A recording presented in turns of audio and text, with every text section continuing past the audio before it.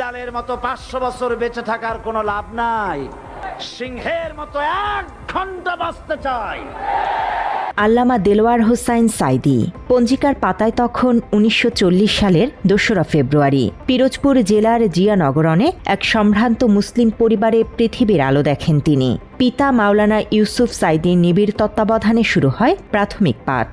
এরপর সারসিনা দারুস সুন্নাত কামিল মাদ্রাসা এবং খুলনা আলিয়া মাদ্রাসার আঙিনায় নিজেকে শানিত করেন উচ্চতর ইসলামী শিক্ষায়।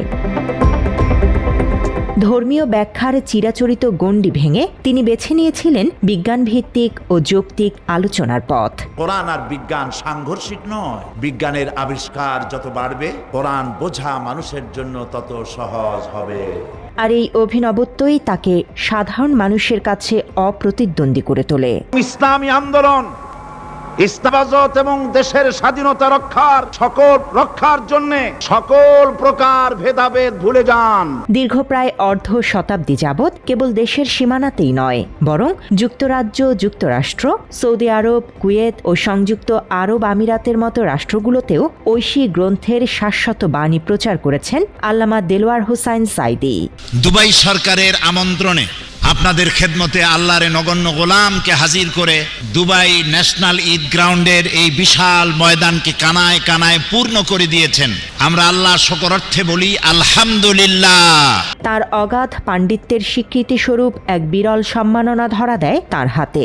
একমাত্র বাংলাদেশী হিসেবে সৌদি বাদশার বিশেষ আমন্ত্রণে পবিত্র কাবা শরীফের অভ্যন্তরে প্রবেশের সুযোগ পান তিনি।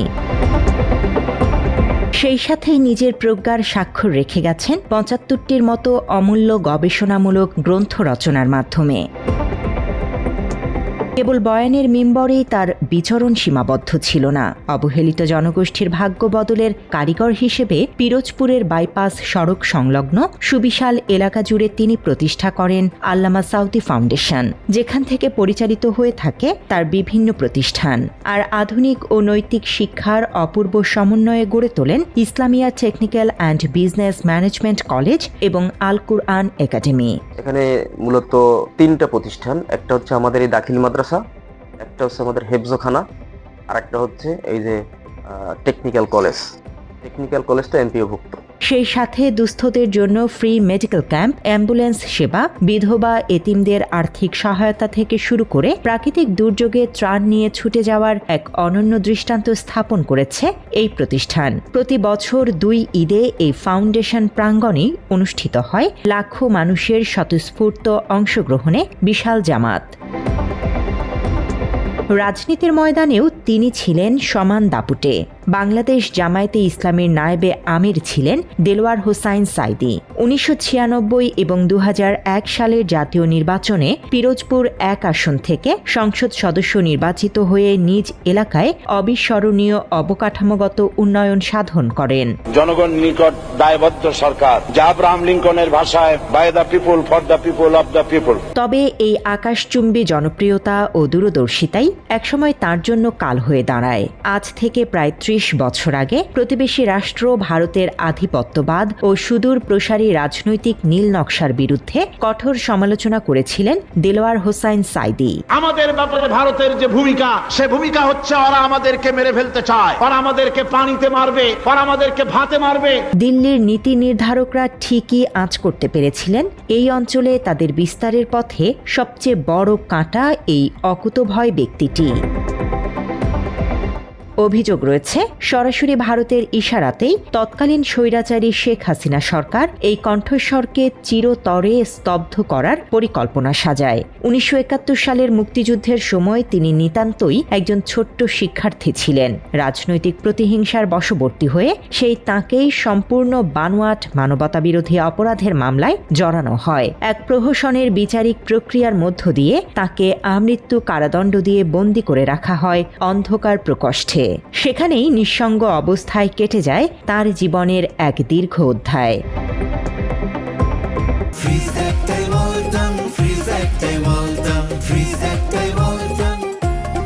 সময়টা 2023 সালের 13 আগস্ট রোববার বিকেল। কাশিমপুর কারাগারে হঠাৎ বুকে প্রচণ্ড ব্যথা অনুভব করেন বয়োজ্যেষ্ঠ এই কারাবন্দী। প্রথমে গাজীপুরের শহীদ তাজউদ্দিন আহমদ মেডিকেল কলেজ এবং ওই দিন রাতেই তাঁকে স্থানান্তর করা হয় ঢাকার তৎকালীন শেখ মুজিব মেডিকেল বিশ্ববিদ্যালয়ে। হার্টে আগে থেকেই 5টি রিং পরানো ছিল তার। চিকিৎসাধীন অবস্থায় পরদিন 14 আগস্ট সোমবার রাত 8:40 শেষ নিঃশ্বাস ত্যাগ করেন আল্লামা দেলোয়ার হোসাইন সাঈদী। অফিসিয়াল কাগজপত্রে একে কার্ডিয়াক অ্যারেস্ট বা স্বাভাবিক মৃত্যু বলা হলেও ঘটনা প্রবাহ জন্ম দেয় চরম বিতর্কের। বিশেষ করে মেডিকেল টিমের সদস্য ডাক্তার SM মোস্তফা জামানের অন্তর্ভুক্তি নিয়ে ক্ষোভে ফেটে পড়ে সাধারণ মানুষ।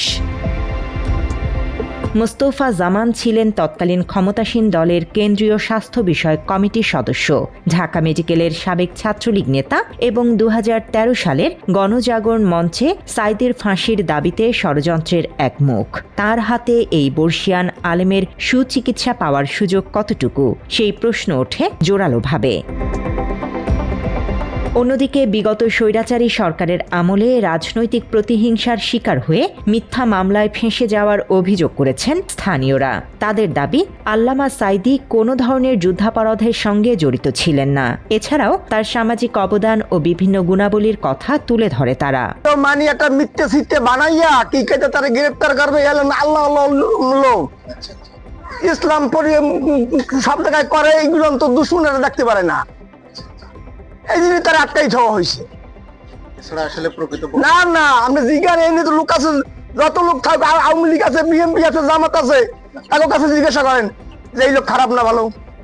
এরকম কোনো কিছু নাই, এরকম কোন আলামত নাই, সম্পূর্ণ বানোয়াটি এবং মিথ্যা। মতো ভালো মানুষ আর বাংলায় হবেন। সাঈদী সাহেব আসলে এলাকার 2বার MP ছিল, খুব ভালো মানুষ এবং তার পিছনে কোনো দুর্নাম নাই। সে খুব ভালো মানুষ, খুব সুন্দরভাবে পরিচালনা করছে সংসদ এবং প্লাস নাজিরপুর উপজেলার MP ছিল সেই হিসেবে। আর কোরআনের পাখি তো বটেই, সারা বিশ্বে তার মতন আলেম আর হবে না। হিন্দু ধর্মাবলম্বীদের প্রতিও তার ছিল আলাদা সুনজর। তারা কখনোই তার কাছ থেকে বঞ্চিত হতেন না, যে কোনো প্রয়োজনে সাড়া পেয়ে যেতেন সাথে সাথেই, এমন স্মৃতিচারণ করে স্থানীয় সনাতন ধর্মাবলম্বীরা। সরকারি অনুদানগুলো পাইতেন, সেগুলি উনি বিশেষ করে হিন্দু এলাকায় বেশি দিতেন।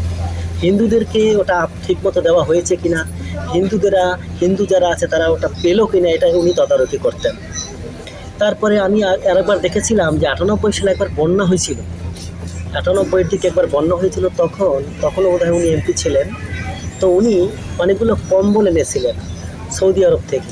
সেই কম্বলগুলো তিনি মসজিদে দিয়েছেন একটা, আমাদের মন্দিরে দিয়েছেন 2টা।